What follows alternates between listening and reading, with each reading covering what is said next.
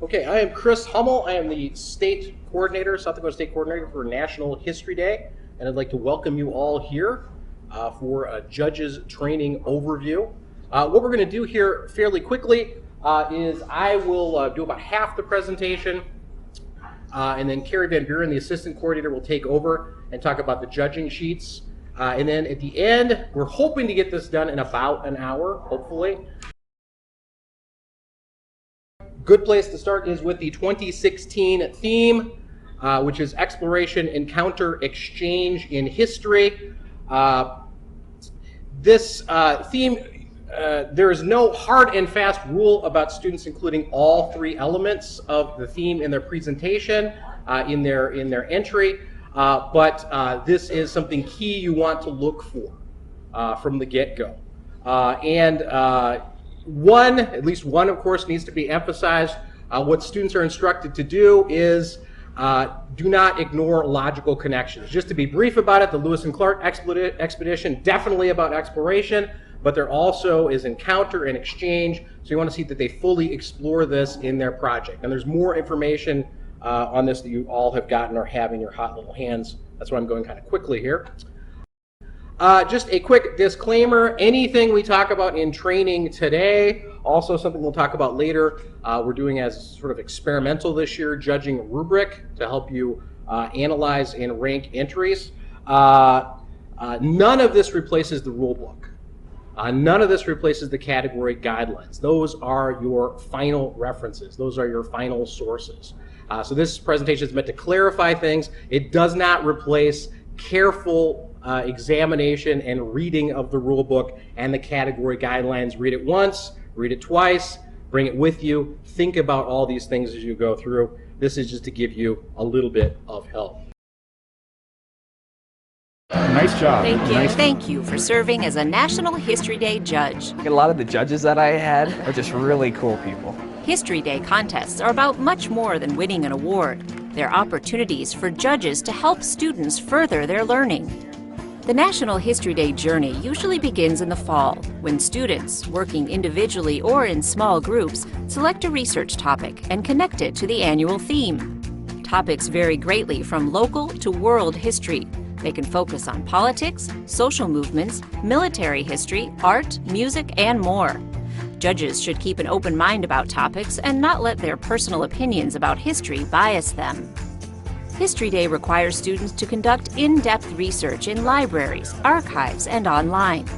For many, it's the first time they've worked on a research project of this magnitude. History Day students select one of 5 presentation categories to share their findings: exhibits, documentaries, performance, website, or research paper. Most students participate in National History Day as part of a class assignment. Competitions allow them to extend their learning outside the classroom. Students chosen at the school level can advance to regional and state competitions. Every June, the best of the best go to nationals near Washington, D.C. No matter what level of competition, the basic judging process is the same. It must follow national program standards and include these 6 steps: greeting students, reviewing student paperwork, viewing projects, interviewing students, discussing and ranking projects, writing comments. All judges work in teams. After you meet your judging team, you'll get a schedule of project titles and times. Follow this schedule carefully. First, say hello to the students you'll be interviewing. Next, review the paperwork students have submitted with their entries. This includes the title page, process paper, and annotated bibliography. Pay special attention to the bibliography and carefully review the quality of each student's research. Now it's time to see the project. Give performance and documentary students the go-ahead when you'd like them to begin. For exhibits, tell students you'll look at their project before discussing it with them. Students shouldn't give you an oral presentation about their exhibit. It's often helpful to take notes that can be transferred to the judging form later. After you've seen the project, it's time for the interview. Work together with your judging team to ask students questions. Research paper and website judges may have reviewed their projects in advance and can start the judging process with the interview. The interview helps judges better understand the process students use to create their project. But students are not judged on their interview. Because students are not present during final judging, the project must stand on its own and not depend on student explanations from the interview. Consider starting with an icebreaker and then moving to more challenging questions, but don't quiz students. If they look nervous, rephrase your question. Avoid lecturing or giving feedback about their presentation during the interview. You can ask your contest coordinator for a list of sample questions.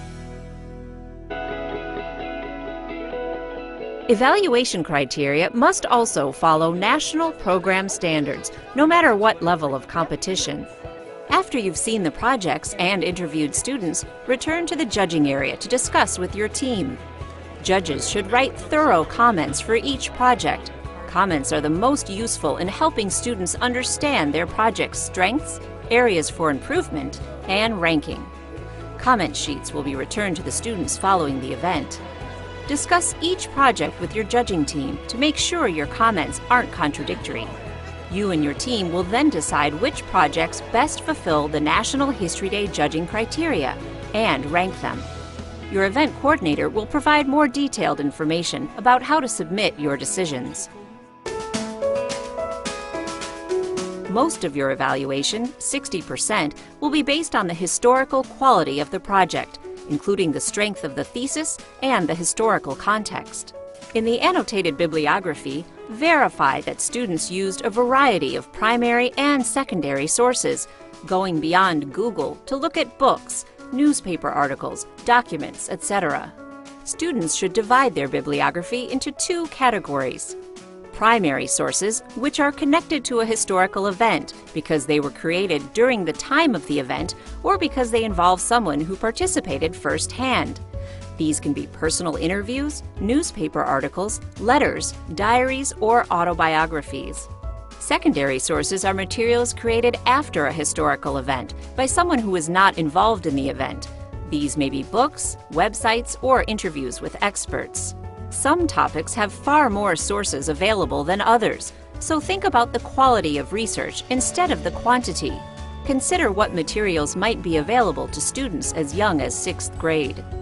Each year, the National History Day program selects an annual theme to which students need to connect their topic. This accounts for 20% of the evaluation. It's critical that students clearly use the ideas of the theme to analyze their topic.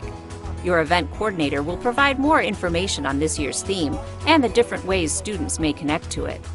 The clarity of presentation criteria, also 20% of the evaluation, covers how well students' projects conveyed their ideas and includes organization, spelling, grammar, image selection, and/or stage presence.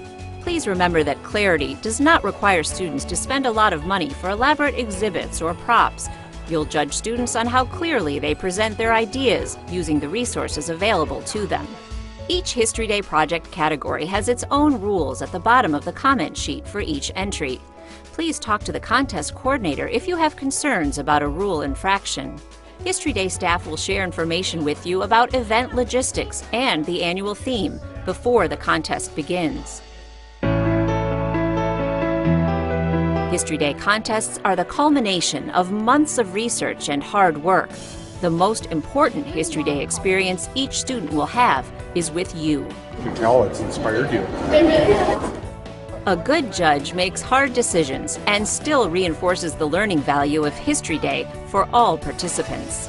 On behalf of the National History Day program, our sponsors, History Day teachers, and the 500,000 students who participate every year, thank you again for volunteering.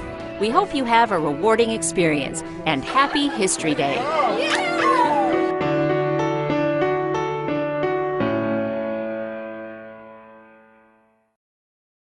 We go forward and hit some of the key points again, and expand on them a little bit, and also, of course, thank you from South Dakota National History Day for your help with state contest. Just in a nutshell, what do judges do? You're going to examine and evaluate student entries, you're going to interview the students, and you're going to rank the entries. Sounds pretty easy and straightforward. One of the issues that tends to come up, and a word that gets thrown around a lot sort of incorrectly if there is a problem with an entry is disqualification. Just want to underline there are really only 3 reasons a project might be disqualified. Plagiarizing. You plagiarized a source you pulled from somewhere else, all a part of an NHD project. Reusing a project from a previous year, entering a project in multiple contests, so reuse, plagiarization, and tampering. These are all pretty rare offenses. They do happen.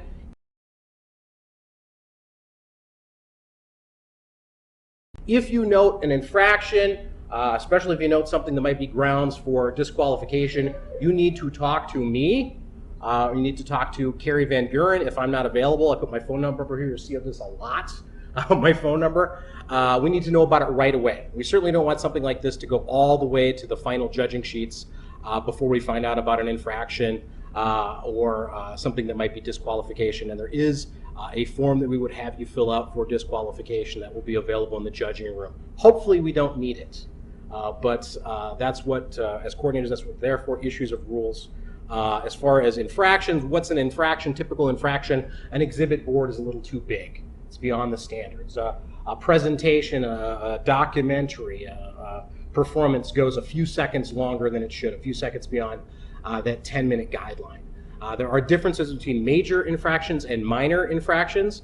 Minor infraction should be noted in the comments, but generally doesn't prevent people from moving on or advancing. A major infraction could prevent people from moving on or advancing to the next level, which would be national contest. In any event, if there's an infraction, you need to talk with us about it. We can give you an idea of, help you determine if it's major or minor and how to proceed. And you have this also as part of your packet, I believe, today. Ranking criteria overall, we went through, heard some of this in the video. Historical quality is 60%. It's reflected on the judging forms, also reflected, and I'm going to refer back to this a couple more times in your rubric. All the stuff on the rubric connects with the judging form. Relation, that's 60%. Relation to the theme is 20%. So the theme that we talked about. The clarity of presentation is 20%. Judging guide, the fancy word for it is rubric. And this is a tool. This is something we're doing as sort of an experiment this year, trying to put the key information in front of you in a pretty easily accessible format, and also give you an idea what a superior project looks like, an excellent project looks like, a very good project looks like, some kind of a guideline. It is a tool. It does not replace the rule book. It does not replace the category guidelines. And we're very interested in judges' feedback about this. Now, coupled with this, and I'll show you here, so it's meant to give weight and standards, what the quality of entries look like, help you with ranking. This is for the judges' use only. This is not something that's going to go back to the students, nor is your scratch paper I'll talk about in a minute, but will be turned into the coordinator, will be turned in at the end of judging, so we have this material. It's a tool to help you with the final product. And on that score, look at it this way. Rubric is your guide. We will also each have provided scratch paper this year as part of your packet. And please label that with the student name and entry number so we can kind of track things when this gets turned back into us.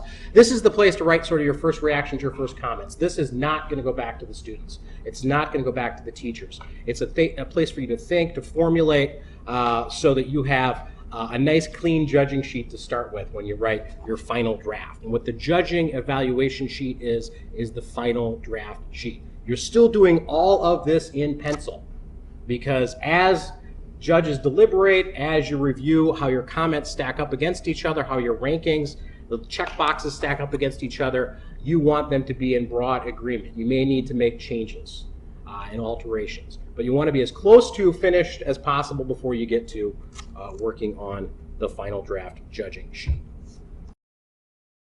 On the judging floor, this is something you're all going to be doing with the students. Procedure, introduce yourself, say hello. You're going to want to explain how the process works. If you're doing exhibits, you're going to tell the students, Ask them for their process paper, ask them for their bibliography, explain to them you'll be looking at the exhibit for a few minutes and then you'll be interviewing them. That way they don't come in and try to give you a presentation. That's not the purpose. You give them an idea how the process works. So explain it, ask for the process paper and the annotated bibliography and look at them. Look at them carefully. They're key to ranking. They're key to the quality of the exhibits. Ask the students to begin. If you're doing paper and websites, you'll have looked at this stuff ahead of time. You can go right to the interview portion. Use the timer, especially for the categories, the documentary category, the performance category. You'll be provided a timer. Use that to keep things in line. Also use it to kind of track time with students for exhibits. You're going to conduct the interview. I'll say more about that in a minute. Thank the students. Take notes as you go. That's what that note paper is for. And do your best, your level best, to stay on schedule. What are you looking for? You're looking for a thesis statement, or at least a thesis. Some people actually label it thesis, certainly don't have to do that. But there should be a main idea or argument for each project. It's not just a collection of images, it's not just a collection of captions. There is an argument or main idea. And it must clearly relate to the theme and explain the significance of the topic in history. So you're going to want to nail that down right away. You're going to also want to look at the process paper. These are short papers that do 4 things. You won't see it in the paper category. It's sort of baked into the paper, really. But you'll see it in all the other categories. How did you choose your topic? How did you conduct your research? How did they select the category of presentation? How did they create the project? And then how does their project relate to the NHD theme? These are all 500 words or less. They're short enough you can read them while the student is standing there. It gives you an idea where the student is coming from and how they approach the project.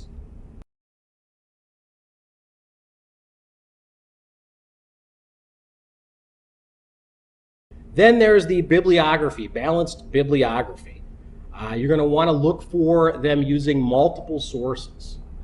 They use primary sources and secondary sources. Keep in mind, not every student is going to have access to a university level library, but you want to see that they used a good array of both primary and secondary sources. Pretty much all of you know what they are. Primary sources, fundamentally things written at the time or by direct participants relating to an event. Secondary sources written later, providing more of an interpretation. When you look at that annotated bibliography, you want to see that it's extensive. You also probably should pay attention that it's realistic. If there's a 50-page annotated bibliography, they probably didn't read all 50 pages. This is kind of material, all those materials. That gets into core elements of the project here. All the elements of an entry should support or relate to the thesis, ideally. Content outweighs glamour.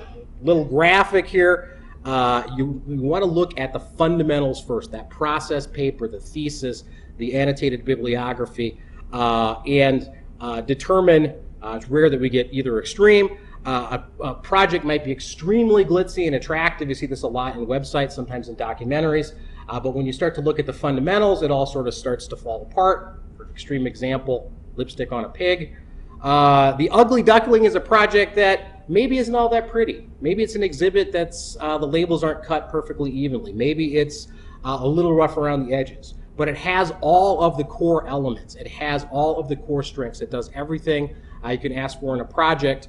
You're going to seek both of these out and start with the fundamentals and also clear organization. Everybody's going to interview. Why do we interview?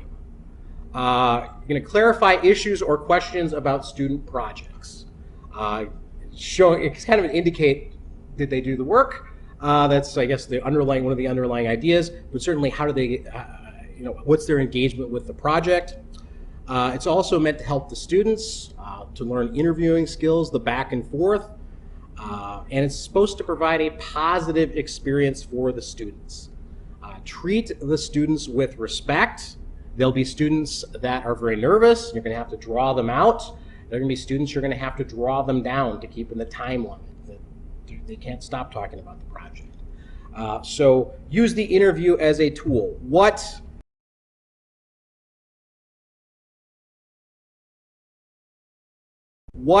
are interviews not?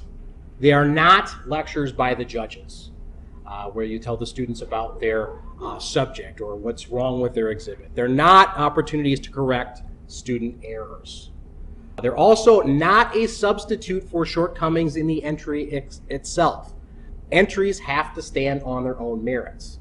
If you find that a project has no process paper, you interview the students, you get the process from them, that they still have no process paper. It does not substitute for the lack of something in exhibit in an entry. These are not meant to be intimidating.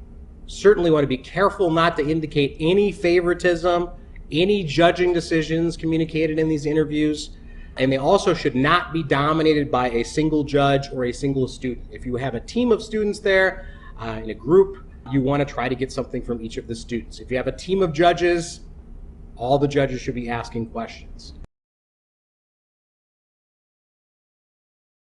Best practices. You have this in your packet. I won't dwell on it too much. You might think this on the things on the left.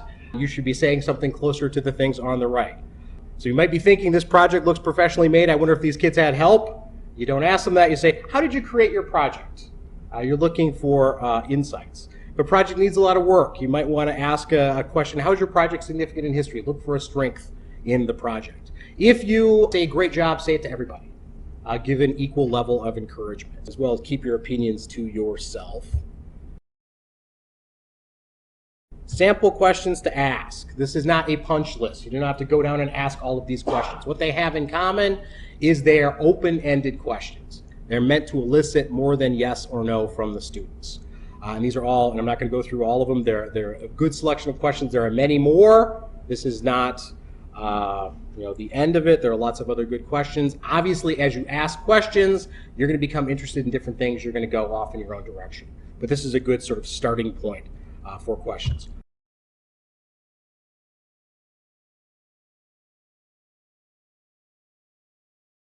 Questions not to ask. Do not ask students where they're from. Do not ask them about their school, about their hometown. That introduces the idea of potential bias. You might not like their hometown. This is supposed to be blind judging, or you might really like their hometown. You might be from there originally. This is blind judging. It's judging on merits. Don't ask questions beyond the name. You don't want to be able to identify the student's school or really anything about their background. Do not comment on student appearances. Why is that there? Because it's been an issue. All this stuff is here for a reason. Do not ask students questions designed to trap or embarrass them. Why didn't you read the most important book about this? How could you possibly leave this out? What makes you think you should write about this? What makes you an expert on this? Avoid that. If it's going to make you uncomfortable in an interview, it's going to make them uncomfortable in an interview. Do not, and again, just to remind you, don't lecture students about their topics. Don't tell the student how their project compares to other projects. And do not express your opinion about a topic. Keep that to yourselves. As you can see from the judging etiquette, one of the first things we want you to do is put your cell phone in your pocket. Don't use it for a timer. Don't take phone calls. Don't stand there texting while you're talking to the students. It's very distracting to the students, and it's disrespectful to the students. Your attention should be totally focused on them while you are doing the interview. You can have your phone, just keep it in your pocket. If you need to call either Chris or I, then pull out your phone and give us a call. Judges are not to correct the students. Don't pick up their process papers and start scribbling on them, or their bibliographies and scribbling on them. That's what we give you the note paper for, and you'll be able to write all your notes and comments on there and then transfer them to the sheet. This is consensus judging. That means that you all have to be close in your evaluation of the student's work. We can't have one of you on the teams giving all excellent ratings And then the other two of you saying needs improvement. When you come down to sitting down and compiling all your notes, you're going to have to do some dickering and figure out, is this a good project? Is this a bad project? So you want to keep all your little check marks and all your comments fairly parallel and similar. There are 3 judges per team. You will turn in 3 judging forms. The students will look at each one of the judging forms. Your name will not be on them. They are listed as Judge 1, Judge 2, Judge 3. So you remain anonymous.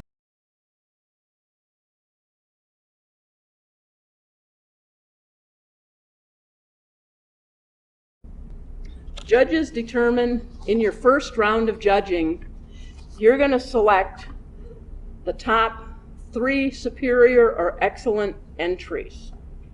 If you go on to second round judging, and exhibits and websites I think are the likely ones this year that will have second round judging, then you can rank your entries 1, 2, 3, 4, 5, 6. Your first and second rankings are the ones that will automatically advance to the national contest, and anything third place is the runner-up. In case either 1 or 2 doesn't go, the third place can move up, and everybody ranked below number 3 is not advancing. If you are judging a category that has 1 entry, you do not have to give them a number 1 rating. It can be ranked 4. When you're advancing the students, you want the absolute top projects advancing on to nationals. Again, use pencils when you're filling out your forms, because you're going to be, again, negotiating, and you're going to have to erase and fill in again. Give constructive, useful criticism. Be clear about what you're saying to the students, and be respectful of how you write those comments. Again, keep your comments comparable but not identical. Please don't steal wording off of the rubric and use it over and over and over again. This is your guideline. Use your own words. When you're giving critique to a student, keep in mind this infographic: praise, criticism, praise. On the left-hand side, you think it, but you do not say it. You do not write it down. This project needs a lot of work. You might want to say, you're off to a good start. Consider strengthening your project by doing this. And at this point, also with your interview and with your comments, you got to remember, especially if you're judging in the junior categories, you may be judging kids who are only 11 or 12 years old. So keep that in mind. You want all your comments positive. You want to uplift the kids. This is an example of a judging form, and it's probably not what you want to do. Don't give them all excellence. It's fine to put an excellent and put a good.